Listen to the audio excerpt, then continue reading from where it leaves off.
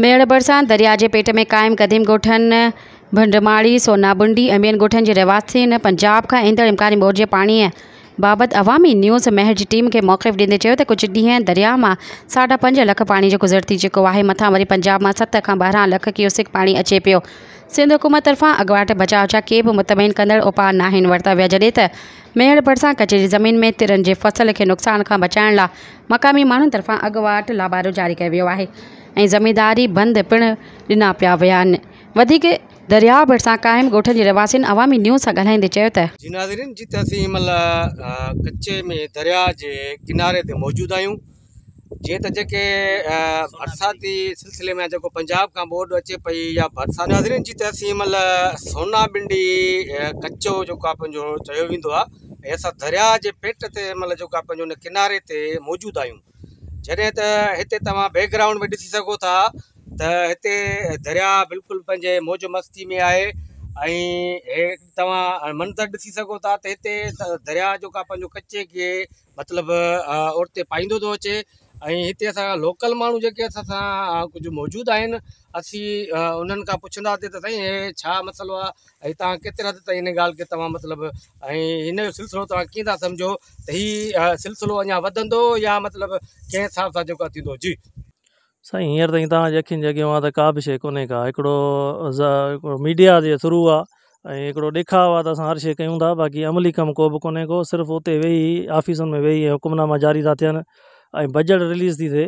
बाक़ी हिते त न को रेस्क्यू टीम पती आहे, न कंहिं जेको ॿुधाइण आया आहिनि त केतिरो पाणी थो अचे कंहिं शइ जी। हाणे अॼु ताज़ी रिपोर्ट हली आहे, जेको ॾिठो अथई सोशल मीडिया जे थ्रू, कंहिं दोस्त रखियो आहे गुडू बैराज ते बीह त गुडू जा दरवाज़ा बंदि था कनि, त बंदि कया अथनि। उन्हनि बंदि करण मां मक़सदु छा, त सिंध खे हथ सां ॿुॾाईंदा ऐं हुननि जी प्लानिंग इहा आई आहे त सिंध ॿुॾे ऐं पंजाब सॼो ॿुॾी वियो आहे, हाणे सिंध जो वारो आहे। सो असां वज़ीर आला सिंध खां, वज़ीर आज़म पाकिस्तान खां, सदर साहिब खां मुतालबो था कयूं त पाणीअ जी मुकमिल उनखे रस्तो ॾिनो वञे सही नमूने सां ऐं माण्हुनि जी वाहर कई वञे। पाणीअ जी हिते अहिड़ी का बि सूरत हाल न आहे। हीअ असांजो बचाव बंदि आहे, तमामु पुराणो बचाव बंदि आहे। 2010 में बि हिन पाणी दलियो, मथे पाणी ॾसनि था पिया, हिते अञा अहिड़ो पाणी पहुतो न आहे। बाक़ी इंशाअल्लाह हे पाणी कढी वेंदो, हे तमामु मज़बूत आहे, पुराणो बंदि आहे। असांजो इहो ई मुतालबो आहे त असांखे सेफ्टी ॾिनी वञे ऐं हेठि जेके कचे जा ॻोठ आहिनि तमामु मुसीबत में आहिनि, वीचारा फाथल आहिनि, उन्हनि खे बि रिलीफ ॾिनो वञे। हिते असां बचाव बंदि ते आहियूं, असांजो पके ते ॻोठ आहे, असां पोइ बि सेफ्टी में आहियूं। हेठियनि ॻोठनि सां मदद कई वञे, उन्हनि खे रिलीफ ॾिनो वञे जेके मुतासिर आहिनि ऐं हेठि दरिया जे पेट में आहिनि। असां वटि परियां 5.5 लख पाणी गुज़री चुको आहे, जेको असांखे फ़िलहालु को बि नुक़सानु न पहुचायो आहे। ऐं हाणे जेको पाणी पोयां अचे थो, जेको ॿुधायो पियो वञे त 7 खां 12 लख ताईं थी सघे थो। हुकूमत को बि अहिड़ो असांखे इंतिज़ामिया न ॾिनी आहे ऐं हीउ जेको पाणी ईंदो थी सघे असांजे मुख़्तलिफ़ इलाइक़नि खे ॿोड़े सघे। ऐं असां इंतिज़ामिया खे अपील कंदासीं, सोनाबिंडी वारनि खे, त असांखे इंतिज़ामिया ज़रिए का शइ ॾिनी वञे जीअं असां पंहिंजे फ़सुलनि या पंहिंजे माल मवेशीअ खे बचाए सघूं। जेको पहिरियां पाणी अची चुको 5 लख साढा, उन में त असां पंहिंजे पाण मदद तहत पाण खे बचाए वियासीं। रे सलीम चांडियो ऐं रे सदाकत चांडियो पंहिंजे माल पाण तहत असांखे बचाए विया। ऐं हाणे जेको आहे वधीक पंजाब में जेको पाणी आहे उनखे असां घणो था ॿुधूं ऐं असां उहो इंतिज़ामिया खे अपील था कयूं त असांखे कुझु ज़रिया ऐं कुझु मदद ॾिनी वञे जीअं असां पंहिंजे माल मवेशी खे बचाए सघूं। महिरबानी भाऊ अवामी न्यूज़ टीम जी जेको हिते असां वटि पहुता आहिनि।